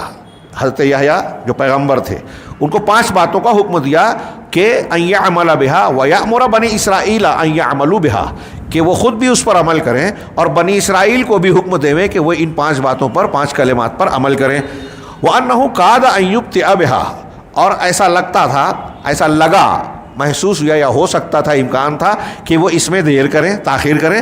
فقال عیسیٰ، تب حضرت عیسیٰ علیہ السلام نے کہا، حضرت عیسیٰ علیہ السلام ان کے رشتہ دار بھی ہیں، ہاں تو ایک ہی زمانے کے، کہا ان اللہ امرک بخمس کلمات، حضرت عیسیٰ نے حضرت یحییٰ سے کہا کہ اللہ نے آپ کو 5 باتوں اور کلمات کا حکم دیا کہ آپ عمل کریں اور بنی اسرائیل کو بھی حکم دے کہ اس پر عمل کریں، تو فَإِمَّا أَن تَأْمُرَهُمْ وَإِمَّا أَنْ آمُرَهُمْ، تو یا تو تم اس کا حکم دے دو لوگوں کو یا میں دیتا ہوں۔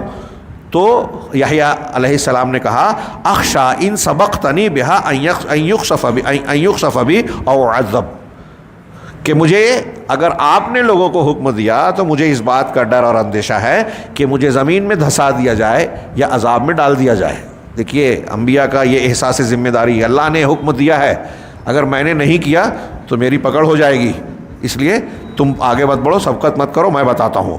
چنانچہ فجمع الناس فی بیت المقدس، تو حضرت یحییٰ نے بیت المقدس میں لوگوں کو جمع کیا، فامتلا، بیت المقدس کا پورا حصہ بھر گیا، وقعدوا علی الشرف، اور وہ چھتوں پر بھی لوگ بیٹھ گئے، بہت بھیڑ ہو گئی، بیت المقدس بھر گیا، چھتوں تک پر لوگ بیٹھ گئے۔ فقالا، تب حضرت زکریا نے یہ 5 کلمات بتائے اور کہا ان اللہ امرنی بخمس کلمات، اللہ نے مجھے 5 باتوں کا حکم دیا ہے کہ میں اس پر عمل کروں اور تمہیں حکم دوں کہ تم بھی عمل کرو۔ ان میں سب سے پہلا کلمہ یہ ہے کہ ان تعبدوا اللہ ولا تشرکوا بہ شیئا، پہلی بنیاد کہ اللہ کی عبادت کرو اور اس کے ساتھ کچھ بھی شرک نہ کرو، جس کو آج کل ہمارے یہاں کچھ لوگ غیر اہم سمجھتے ہیں۔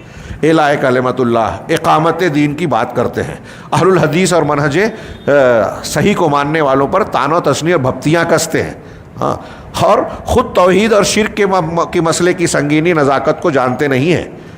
شرک کرنے پر اگر کوئی رد کرتا ہے تو کہتے ہیں دیکھو یہ کفر تکفیر کر رہے ہیں، تکفیر کا مطلب بھی معلوم نہیں ہے، ہاں، قلم لے لیا، ہاں، اور روائے بزا بن کر صفی ہو یتکلم فی امر العامہ کے تحت، جو اللہ کے رسول نے کہا ایک زمانہ آئے گا کہ عام آدمی لوگوں کے باتوں میں، لوگوں کے معاملات میں بات کرے گا، جاہل ہے، سمجھتا نہیں ہے معاملات کو، علماء پہ تنقید، حکام پہ تنقید، مسائل کے پہلوؤں کا علم نہیں ہے، ہاں، وہ اس طرح کی بات کر۔ یہ دیکھیے 5 کلمات میں بھی سب سے آپ ہر جگہ یہی پائیں گے، انبیاء کی پہلی تعلیم اللہ نے یہی رکھی، اللہ کے سوا اللہ کی عبادت کرو اور اس کے ساتھ کچھ بھی شرک نہ کرو۔ ساری دین کی بنیاد اسی پہ کھڑی ہوتی ہے، یہ نہیں سمجھا تو سب بیکار۔ آگے کہا، اس کی مثال دی کہ جو شخص اللہ کی عبادت کر کے شرک سے بچے گا، یعنی توحید پہ رہے گا، تو اس کی مثال دی وَأَنَّا، اب جو شرک کرے گا، وَأَنَّا مَثَلَ مَنْ أَشْرَكَ بِاللَّهِ، اس شخص کی مثال جو اللہ کے ساتھ شریک ٹھہراتا ہے، اس آدمی کی طرح ہے جس نے ایک غلام خریدا۔ ایک آدمی ہے، مالدار ہے، اس نے ایک غلام خریدا اپنے مال کے، خالص مال سونے یا چاندی کے بدلے میں، دینار یا درہم کے بدلے میں، فقال، اور کہا، ایک گھر خریدا، کہہ رہے ہیں ہذہ داری، غلام خریدنے کے بعد اس سے کہا کہ یہ میرا گھر ہے، ہاں، وہذا عملی فاعمل، اور یہ میرا کام ہے، عمل ہے، تم یہ کام کرو، وأد الیہ، اور کام کرنے کے بعد جو کمائی ہوگی وہ تم مجھے ادا کرو۔ فکان یعمل، تو وہ غلام جو ہے وہ عمل کرنے لگا، محنت مزدوری جو کام تھا کرنے لگا، ویؤدی الی غیر سیدہ، لیکن جو مالک تھا گھر کا اس کی بجائے کسی اور کو دینے لگا، کمائی جو ہوتی وہ اصل مالک کی بجائے دوسرے کو دینے لگا۔ فأیکم یرضی ان یکون عبدہ کذالک، تو حضرت ابو زکریا کہتے ہیں کہ تم میں سے کون شخص ہوگا کہ اس کا غلام، وہ یہ پسند کرے گا کہ اس کا غلام ایسا ہو۔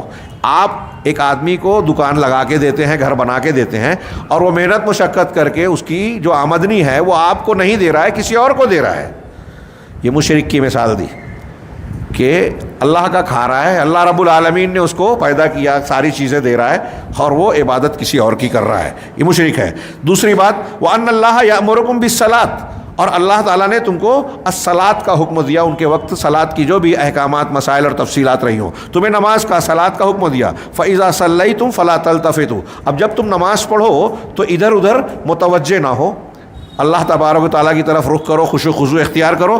فإن اللہ ينسب وجهه لوجه عبده في صلاته ما لم يلتفت، اس لیے کہ بندہ جب نماز میں جب تک ادھر ادھر متوجہ نہیں ہوتا، اللہ تبارک و تعالیٰ اپنے وجہ مبارک کو، وجہ کریم کو، چہرہ مبارک کو اس کے سامنے رکھتا ہے جب تک کہ وہ دوسری طرف ملتفت نہ ہو جائے۔ ملتفت ہو گیا تو اللہ تعالیٰ بھی اس کو چھوڑ دیتا ہے۔ وآمرکم بالصیام، اور میں تم کو روزے کا حکم دیتا ہوں۔ فإن مثل ذلک کمثل رجل فی عصابۃ معہ سرہ، اس لیے کہ روزہ رکھنے والے کی مثال ایسی ہے جیسے کوئی آدمی جو ایک جماعت میں ہو اور اس کے پاس ایک تھیلی یا بٹوا ہو، فیہا مسکن، جس میں مشک ہو، فکلہم یعجب اور یعجب ریحھا، تو ان میں سے ہر شخص، ایک جماعت میں آپ موجود ہیں ہاں، اور آپ کے پاس جو ہے وہ مشک کا ڈبہ ہے، ڈبے میں مشک ہے، تو اب اس کو بھی اور اس کے ڈبے کو یعنی اس کی خوشبو کو پسند کرے گا ہر کوئی، پوری جماعت اس سے فیضیاب ہوگی۔ تو نماز پڑھنے والا گویا اپنے گرد و پیش والوں کو خوشبو بانٹتا ہے۔ روزہ رکھنے والا وَإِنَّ رِيحَ الصَّائِمِ أَطْيَبُ عِندَ اللَّهِ مِنْ رِيحِ الْمِسْكِ، اور یقیناً روزے دار کی منہ کی بدبو کی منہ کی خوشبو ہاں اللہ کے نزدیک مشک کی خوشبو سے کہیں زیادہ پسندیدہ ہے۔ وَآمُرُكُم بِالصَّدَقَةِ، اور میں تم کو صدقے کا حکم دیتا ہوں، فَإِنَّ مَثَلَ ذَلِكَ كَمَثَلِ رَجُلٍ أَسَرَهُ الْعَدُوُّ، اس لیے کہ صدقے کی مثال ایسی ہے کہ ایک آدمی کو کسی دشمن نے قیدی اور بندی بنا لیا، فَأَوْثَقُ يَدَهُ إِلَىٰ عُنُقِهِ، اور اس کے ہاتھ کو اس کی گردن میں باندھ دیا، گردن کے ساتھ باندھ دیا۔ فقال، تو وہ کہتا ہے کہ انا افتدی منکم بالقلیل والکثیر، کہ میں تھوڑا زیادہ دے کر تم کو اپنے لیے فدیہ دے رہا ہوں، مطلب یہ صدقہ اور فدیہ دے کر مجھے اپنے آپ کو میں چھڑانا چاہتا ہوں، مجھے چھوڑ دو۔ تو اب وہ اس سے کچھ معاوضہ لے کے فدیہ دے کے چھڑاتے ہیں۔ صدقے کی مثال ایسی ہی ہے کہ آپ اگر صدقہ و خیرات کرتے ہو تو آپ اپنے آپ کو مصیبتوں سے چھڑا رہے ہو۔ ہاں فَإِنَّ، اس کے بعد کہا وَآمُرُكُمْ أَن تَذْكُرُوا اللَّهَ، یہ آخری ہے اور یہی محل استشہاد ہے جو علامہ ابن قیم بیان کرنا چاہتے ہیں شیطان سے بچاؤ کے لیے۔ اور میں تم کو حکم دیتا ہوں کہ تم اللہ کا ذکر کرتے رہو۔ فَإِنَّ مَثَلَ ذَلِكَ كَمَثَلِ رَجُلٍ، کیونکہ اس کی مثال اس آدمی کی طرح ہے، خرج العدو فی اثرہ سرعان، کہ ایک دشمن بہت تیز رفتاری سے اس کے پیچھے پڑا، تعاقب کر رہا ہے، پیچھا کر رہا ہے، حتی اتا حصن حسین، یہاں تک کہ وہ کسی محفوظ قلعے میں آ گیا، فاحرز نفسہ منہم، تو دشمنوں سے اس نے اپنے آپ کو محفوظ کر لیا، بچا لیا۔ یعنی ایک آدمی کے پیچھے دشمن لگے ہوئے ہیں، تیزی سے بھاگ رہا ہے، وہ پیچھے سے آ رہے ہیں، اور یہ بھاگ کر ایک قلعے میں جا کے پناہ لیتا ہے اور قلعہ بند کر لیا، تو اب وہ اس کو پکڑ نہیں سکتے، محفوظ ہو گیا۔ تو ایسے ہی کہا کہ کذالک العبد، اسی طرح بندہ ہے، لا یحرز نفسہ من الشیطان الا بذکر اللہ، کہ اپنے آپ کو محفوظ بنا سکتا ہے بندہ، اپنے آپ کو شیطان کے شر سے پناہ نہیں بچا سکتا، محفوظ کر سکتا مگر اللہ کے ذکر کے ساتھ۔ سیدھا تو جملہ بولیں کہ بندہ اللہ کے ذکر کے ذریعے ہی اپنے آپ کو شیطان سے بچا سکتا ہے۔ دوسرا ذریعہ، مطلب یہ سب سے مضبوط ذریعہ ہے۔ قال النبی صلی اللہ علیہ وسلم، یہ حضرت زکریا کا وہ قول نقل کہ اللہ کے نبی صلی اللہ علیہ وسلم بیان کر رہے ہیں کہ اللہ نے حضرت یحییٰ کو یہ حکم دیا اور انہوں نے یہ 5 کلمات بیان کیے، توحید، نماز، روزہ، صدقہ اور اللہ کا ذکر، اور ہر ایک کی مثال دے کے بیان کیا، ہاں تقریباً ہر ایک کی، ہاں نماز کسی ایک چیز کو چھوڑ کر، ہاں سب ہر ایک کی مثال اور تفصیل بیان کی۔ اس کے بعد اللہ کے نبی صلی اللہ علیہ وسلم نے کہا کہ وَأَنَا آمُرُكُم بِخَمْسٍ، میں بھی تم کو 5 چیزوں کا حکم دے رہا ہوں۔ نبی صلی اللہ علیہ وسلم نے ہم کو اور آپ سے کہا، اللہ امرنی بہن، جن 5 چیزوں کا مجھے اللہ نے حکم دیا۔ پہلا السمع، سننا، اللہ رسول کی اور امیر کی، اپنے جماعت کے بڑوں کی سننا جب تک قرآن و حدیث کے مطابق ہو، والطاعہ، اور ان کی بات ماننا قرآن و حدیث کے موافق ہو، والجہاد والہجرہ والجماعہ، اللہ کے راستے میں جہاد، جس سے لوگ بہت بدکتے ہیں آج اور سمجھتے ہیں کہ اس کا مطلب یہ ہے کہ دھماکہ کرنا، کسی کے بے گناہ کو مارنا، قطعی نہیں، وہ جہاد نہیں ہے۔ ہاں جہاد برائی اور بروں کو ختم کرنے کا معنی ہے، جس کی تفصیل بیان کی جاتی ہے، آپ سنیں گے۔ تو میرا دعویٰ ہے کہ اگر غیر مسلم بھی ایمانداری سے اس کو پڑھے گا تو کہے گا کہ اس میں کوئی غلط بات ہے ہی نہیں۔ جیسے دنیا کے ہر ملک میں اپنے ملک سے بچاؤ کے لیے، دوسروں سے دفاع کرنے کے لیے اور اپنے مصالح کو حاصل کرنے کے لیے جنگوں کا انتظام ہوتا ہے، ویسے اسلام میں اس کی تعلیم ہے اور بڑی جامع اور بہترین تعلیم ہے، جس سے لوگوں نے سیکھا ہے کہ اس کے قواعد اور ضوابط کیا ہیں۔ والہجرہ، ہجرت کرنے کا حکم دیتا ہوں، جہاں آپ کو دین بچانا مشکل ہو جائے وہاں آپ منتقل ہو جائیں، آپ کا دین اہم ہے۔ ہاں اب غیر مسلموں کے بیچ رہ کے آپ اپنے اسلام پر سودا کر رہے ہو تو پھر یہ صحیح نہیں ہے۔ والجماعہ، اسی طرح الجماعت، اور جماعت کون ہے؟ اہل حق ہیں، وہ چاہے ایک آدمی ہو۔ حضرت عبداللہ ابن مسعود نے کہا جو قرآن و حدیث کو، توحید کو ماننے والا ہے نا، وہ جماعت ہے، چاہے ایک ہو۔ تو جو توحید کے ماننے والے ہیں اس جماعت سے جڑ جاؤ۔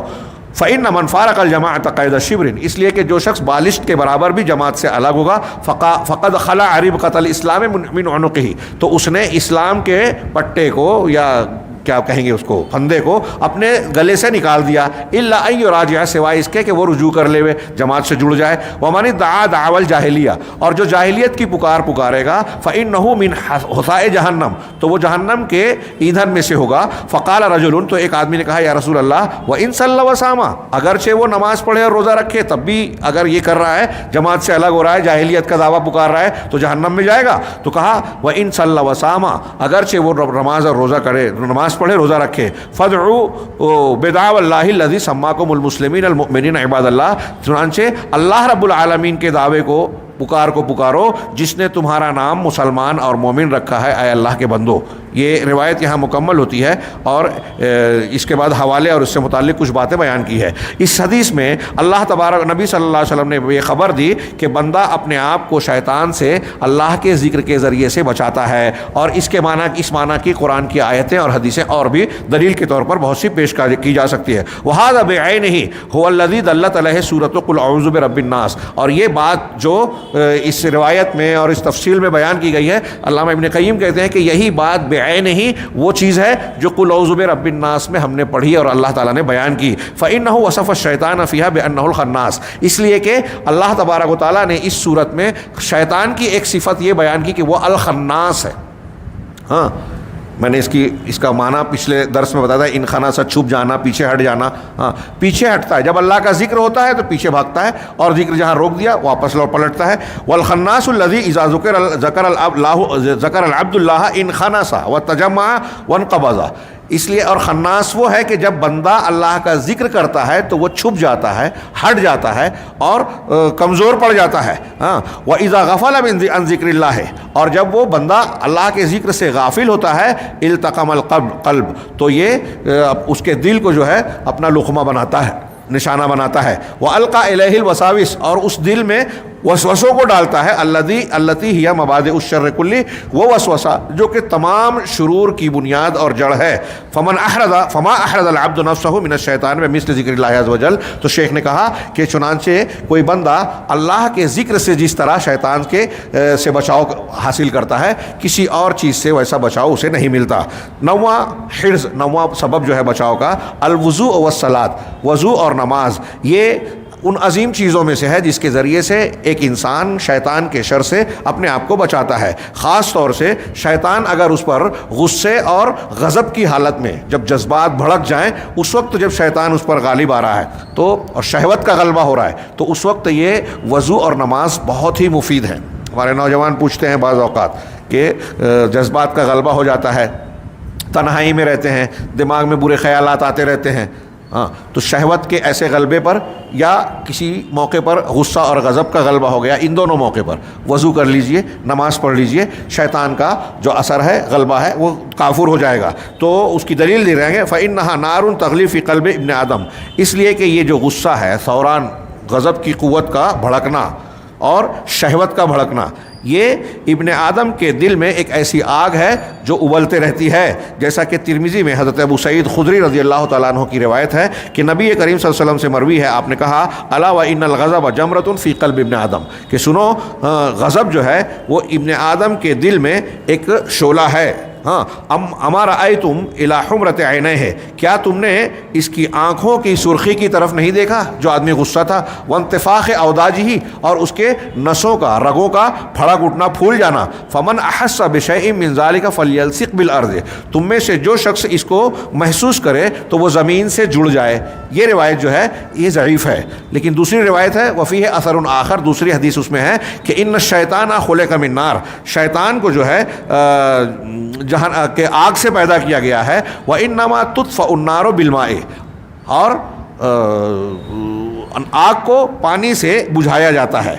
یہ جو جہاں تک یہ اس حدیث کے الفاظ ہیں یہ بھی جو مروی ہیں، تو اس میں عروہ بن محمد بن عطیہ السعدی ہے جو اپنے باپ اور پھر وہ اپنے والد سے، دادا سے روایت کرتے ہیں، اور وہ ضعیف حدیث ہے، یعنی مطلب یہ اس میں کمزوری ہے، لیکن یہ دوسری روایتوں سے ثابت ہے کہ اگر آپ کو غصے کی شدت آ رہی ہے تو آپ وضو کر لیں، ہاں، کھڑے ہیں تو بیٹھ جائیں، بیٹھے ہیں تو لیٹ جائیں، ہاں۔ تو کہا فما اطفأ العبد جمرۃ الغضب والشہوۃ بمثل الوضوء والصلاۃ، تو بندہ غصے اور شہوت کی آگ کو، اس کے شعلے کو وضو اور نماز سے جس طرح بجھا سکتا ہے، کسی اور چیز سے اس کو اس طرح ٹھنڈا نہیں کر سکتا، اس لیے کہ فَإِنَّهَا نَارٌ، اس لیے کہ وہ غصہ اور شہوت آگ ہے، اور وضو اس کو جو ہے بجھا دیتا ہے۔ اسی طرح نماز جب اس میں خشوع ہو اور اللہ رب العالمین کی طرف توجہ ہو تو ان تمام چیزوں کا، شہوتیں ہوں، غضب ہوں، ان کے اثرات زائل ہو جاتے ہیں۔ وَهَذَا أَمْرٌ تجربت ہو تغنی عن اقامت دلیل، یہ ایسا معاملہ ہے کہ اگر آپ اس کا تجربہ کریں گے تو تجربہ آپ کو دلیل سے بے نیاز کر دے گا، یعنی اگر آپ اس پر عمل کریں گے تو آپ خود محسوس کریں گے کہ واقعی اس کی بڑی تاثیر ہے۔ آخری سبب انہوں نے جو ذکر کیا، اس میں کافی تفصیل اختیار کی اور گھڑی ہمیں اجازت نہیں دیتی۔ ہاں، شیخ نے کہا کہ 10واں سبب جس کے ذریعے سے شیاطین کے شر سے آپ بچ سکتے ہیں، میں صرف سبب کا اور 2-4 جملے بول کر اس کا اختتام کروں گا، تفصیلات کسی اور موقع سے انشاءاللہ آتی رہے گی۔ ہاں، کہا امساک و فضول النظر والکلام والطعام ومخالطۃ الناس، کہ فضول نظر یعنی زبردستی کی یا غلط قسم کی نگاہ، بلا وجہ کی نظر، وہ چیزیں دیکھنا، نگاہیں ڈالنا ان چیزوں پر جس کا کوئی فائدہ نہیں ہو دنیا اور آخرت میں، تو فضول نظر، فضول کلام، زبردستی کی بات، خوب بات کرنا، بات چیت کرنا، اسی طریقے سے فضول طعام، زیادہ کھانا کھانا، فاضل کھانا کھانا، زائد کھانا کھانا، ہاں، وہ مخالطۃ الناس، اور بہت زیادہ لوگوں سے ملنا جلنا جو بے معنی کا ہو، یہ چیزیں اس سے رک جانا۔ فإن الشیطان، کیونکہ شیطان ابن آدم پر مسلط ہوتا ہے اور اپنا نشانہ، اپنا شکار حاصل کرتا ہے ان 4 دروازوں کے ذریعے۔ کوئی آدمی بہت زیادہ کھاتا ہو، کوئی آدمی بہت زیادہ بات چیت کرتا ہو، کوئی آدمی نگاہوں کو آوارہ کر کے ادھر ادھر فضول دوڑاتا ہو، یا بہت زیادہ مجلسی ہو، اچھی بری سب مجلس میں شریک ہوتا ہے، بات چیت خوب کرتا ہے، شیطان ان راستوں سے داخل ہوتا ہے۔ اب انہوں نے فضول نظر سے متعلق لمبی بحث کی ہے، دلیلیں دی ہے کہ کس طریقے سے ایک آدمی کو جب غلط نظر ڈالتا ہے، بہت زیادہ لوگوں کو شہوت اور پسندیدگی کی نگاہ سے دیکھتا ہے، تو یہ نگاہ اس کو اس کی طرف ملتفت کرتی ہے، اچھی چیزوں سے غافل کرتی ہے، گناہ کی طرف قدم بڑھانے پر اکساتی ہے۔ تو ہر شر اور گناہ کی طرف بڑھنے کا پہلا مرحلہ نگاہ سے ہی ہوتا ہے، لہٰذا سب سے پہلے نگاہ کو قابو میں رکھنا انتہائی ضروری ہے۔ یہ نکاح والے حکم میں بیان کیا گیا۔ علامہ ابن قیم نے نہ صرف یہ کہ یہاں کچھ دلیلیں اور کچھ اثرات بیان کیے، بلکہ دوسروں کے اور خود اپنے اشعار نقل کیے۔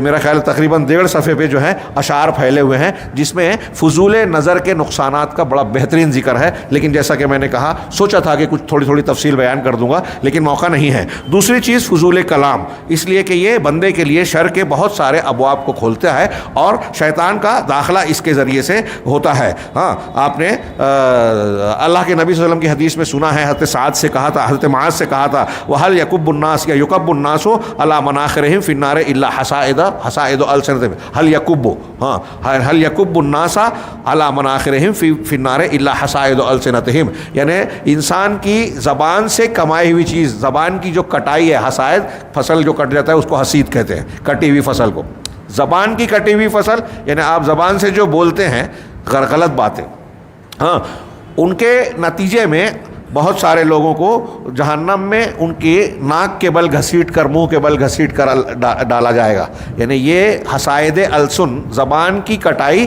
انسان کو منہ کے بل گھسیٹ کر جہنم میں لے جائے گی، اس حدیث کا معنی ہے۔ اسی طریقے سے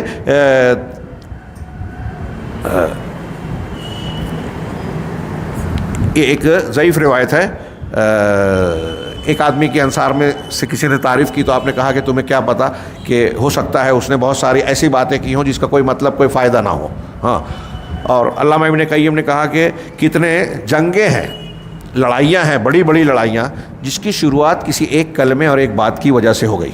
ہاں، ایک بات کسی نے کہی اور سامنے والا انا میں آ کے کیا کچھ کر بیٹھتا ہے۔ ہاں، اسی لیے سلف جو ہیں وہ فضول نظر سے اور فضول کلام سے لوگوں کو سخت منع کرتے تھے، سختی سے منع کرتے تھے، اور کہتے تھے کہ لمبی قید، جیل میں ڈالنا اسلام میں لمبی سزا نہیں ہے، قید کرتے تھے لیکن لمبی قید نہیں دی جا سکتی مگر صرف زبان کی وجہ سے۔ رہا فضول طعام، زیادہ کھانا، بسیار خوری جس کو کہتے ہیں. ہاں تو کہا فہو داعین الی انواع کثیرۃ من الشر، یہ بہت سارے شرور کی کا داعیہ ہے، برائیوں کا پیش خیمہ ہے. یہ تعیش، آرام دہ زندگی بہت ساری خرابیاں اپنے پہلو میں لاتا ہے، اس لیے کہ یہ اعضاء و جوارح کو گناہوں کی طرف مائل کر دیتا ہے. اور جب آپ زیادہ کھاتے ہیں تو نیکیوں کے معاملے میں آپ تھکے تھکے اور بوجھل ہو جاتے ہیں، نماز پڑھنے کا دل نہیں ہو رہا ہے، سستی آ گئی، لیٹا رہنا دل ہوتا ہے. ہاں اور یہی دو چیزیں علامہ ابن قیم نے کہ یہ جو زیادہ کھانے کے یہ جو دو نقصان ہیں نا، یہی کافی ہے. ہمارے محدثین اور علماء سلف میں کچھ لوگ ایسے ہیں کہ جان بوجھ کر علم کے حصول کے لیے بہت کم کھاتے تھے. ہاں بعض سلف یہاں تک گزرے ہیں کہ بیان کیا جاتا ہے، وہ کہتے تھے کہ ہم زیادہ کھائیں گے تو کھانے میں بھی وقت لگے گا، خرچ بھی لگے گا، اور جب زیادہ کھائیں گے تو سستی آئے گی، پلس زیادہ کھائیں گے تو زیادہ حاجت، قضائے حاجت کے لیے جانا پڑے گا بار بار پاخانے کے لیے. یہ سب چیزیں ہمارے وقت کو ضائع کرے گی اور علم کے راستے میں رکاوٹ بنے گی. یہ یہاں تک ہمارے اسلاف سوچتے تھے، اور ہم آج اپنے اوقات کو کتنی فضولیات میں، ٹی وی پر، موبائل پر اور بیکار قسم کی گپ شپ میں، بلکہ گناہوں کے کام میں، غیبت چغلی میں گزار دیتے ہیں. ہاں غور کرنے کی ضرورت ہے. یہی گناہ، یہی جو ہے شیطان کے شر کا دروازہ ہے. آپ خوب بات کر رہے ہیں، غیبت، چغلی، اس کی برائی، اس کی برائی، ایسی خبر، جھوٹ کو پھیلانے والا انداز، یہ سب چیزیں اس میں آ جاتی ہے. تو وہ کتنی معصیت اور گناہ ہیں جن کو آسودگی اور فضول طعام، زیادہ کھانے کی وجہ سے زیادہ کھانا کھینچتا ہے، اور کتنی نیکیاں ہیں جس کے راستے میں زیادہ کھانا رکاوٹ بنتا ہے. ہاں تو جو شخص اپنے پیٹ کے شر سے بچ گیا وہ بہت عظیم شر سے بچ گیا. ہاں اور شیطان سب سے زیادہ جس چیز کے ذریعے سے انسان پر قابو پاتا ہے وہ بھرے ہوئے پیٹ کے ذریعے سے. اسی لیے بعض آثار میں یہ موجود ہے کہ ضیقوا مجاری الشیطان بالصوم، کہ روزے کے ذریعے سے شیطان کے گزرگاہوں کو تنگ کرو. جب آپ روزہ رکھتے ہیں تو غذا کے راستے تنگ ہوتے ہیں اور شیطان رگوں میں دوڑتا ہے تو اس کے راستے تنگ ہوتے ہیں. اسی طرح نبی کریم صلی اللہ علیہ وسلم کا یہ بھی ارشاد ہے کہ آدمی نے اپنے پیٹ کو جو ہے پیٹ سے زیادہ کسی برے برتن کو نہیں بھرا. ہاں اس سلسلے میں پھر انہوں نے اور بھی کچھ تھوڑی سی باتیں بیان کی ہیں، میں اسے چھوڑ کے آخری چیز بیان کر رہا ہوں. وہ اما فضول المخالطہ، ایسا میل جول جو فضول کہلاتا ہے. اس میں بڑی اچھی تفصیل بیان کی جس کی ضرورت ہے، جو کسی موقع پر انشاءاللہ مستقل درس میں کسی اور موقع پر بیان کریں گے. کہ میل جول کئی طریقے کا ہے. علامہ ابن قیم نے 4 قسمیں بتائی ہیں. ایک قسم میل جول کی وہ ہے مجلس میں بیٹھنا، کسی سے بات چیت کرنا، جو انسان کے لیے لازم اور ضروری ہے. وہ ہے خاص طور سے علماء، اہل علم اور ان کے علمی مجالس میں بیٹھنا. اس کے بغیر آپ علم سیکھ ہی نہیں سکتے، لہٰذا اس کی ضرورت ہے. علماء کے پاس بیٹھنا، علماء سے استفادہ کرنا، دین کی بنیادوں کو اور دین کے مسائل کو جو پیش آ رہے ہیں اس کو سیکھنا. صرف گوگل یا آپ تنہائی میں کچھ پڑھ لے ہوئے کافی نہیں ہے. علماء کی مجلس جو صحیح رہنمائی کرے، آپ کو کتابوں یا قرآن کی آیتوں کی صحیح تفسیر بتائیں، یہ ان سے تلمذ اختیار کرنا ضروری ہے. لیکن یہ بھی حاجت کے مطابق ہونا چاہیے. آپ علم حاصل کر رہے ہیں، اب اس سے ہٹ کر جو ہے ان کا وقت اور اپنا وقت برباد نہ کریں. پھر اس کے علاوہ کچھ معاملات کچھ ایسے ہوتے ہیں کہ اس کی آپ کو دنیاوی اور دینی اعتبار سے ضرورت ہے، جیسے کمائی دمائی ہے، تجارت ہے، مشورہ کرنا ہے، کسی کا علاج معالجہ کرنا ہے، گھر کے معاملات اور اپنے معاملات کو سنوارنا ہے. تو گھر کے لوگ جن سے آپ تجارت کر رہے ہیں، جن سے آپ کا معاملہ متعین ہو رہا ہے، ڈاکٹر سے علاج کرانا ہے، فلاں سے فلاں کام ہے، تو یہ جو ضروری چیزیں ہیں دنیا اور دین کی، ان میں جن چیزوں کی ضرورت پیش آتی ہے وہ ایک مخالطت ہے، وہ میل جول جائز ہے، بلکہ اس سے کوئی شخص جو ہے محفوظ بچ نہیں سکتا، بلکہ اس کی ضرورت ہے.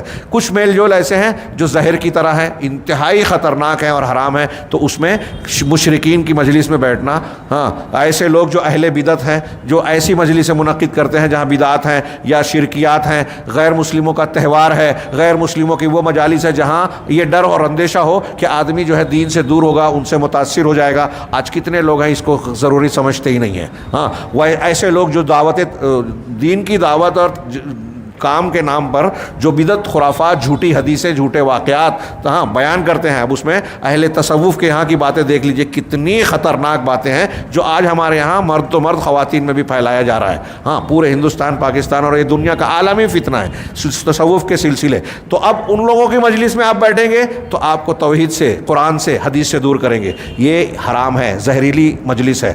اسی طرح وہ مجلسیں جس میں گپ شپ ہوتا ہے وہ بھی نقصان دہ ہیں. تو ایسے فضول مخالطت یا میل جول انسان کے لیے ضرر رساں ہوتے ہیں. یہ اگرچہ آپ کو، ہم کو بہت ہلکی چیزیں لگ رہی ہیں، لیکن علامہ ابن قیم نے بتایا کہ شیطان ہلکی راستوں سے ہی جا کے بڑے نقصانات کی طرف پھر لے جاتا ہے. ہاں زیادہ کھانا، زیادہ بات چیت کرنا، زیادہ میل جول رکھنا، اور یہ جو چیزیں بیان کی گئی ہیں یہ انسان اس میں کوئی حرج نہیں محسوس کرتا، لیکن ایسا کر کے وہ شیطان کا دروازہ کھولتا ہے اور اپنے آپ پر مسلط کرتا ہے. اللہ رب العالمین سے دعا ہے کہ وہ ہمیں دین کو سمجھنے کی توفیق عطا فرمائے، قرآن و حدیث کے راستے پر چلنے والا بنائے، اور شیاطین اور ان کے شرور سے، خاص طور سے اس کے وساوس سے ہم کو بچنے اور بچنے کے ذرائع کو صحیح معنوں میں صحیح طریقے سے اختیار کرنے کی توفیق عطا فرمائے، اور پھر ان تمام امور کی برکت سے اللہ دنیا اور آخرت میں ہمیں کامیابی سے نوازے. وآخر دعوانا ان الحمد للہ رب العالمین وصلی اللہ علی نبینا محمد.